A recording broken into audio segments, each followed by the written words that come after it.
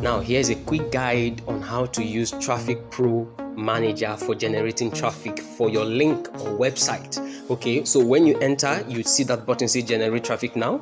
Once you click that button to take you to the form, put your name, your email, click the button to receive newsletters, and it will take you to the options of payment. Okay, depending on the number of visitors you want for your link or website, just click the option and it will take you to where you make your payments. All you have to do is put your name, surname, email address, then it will pop up a dialog for your card details to make the payments.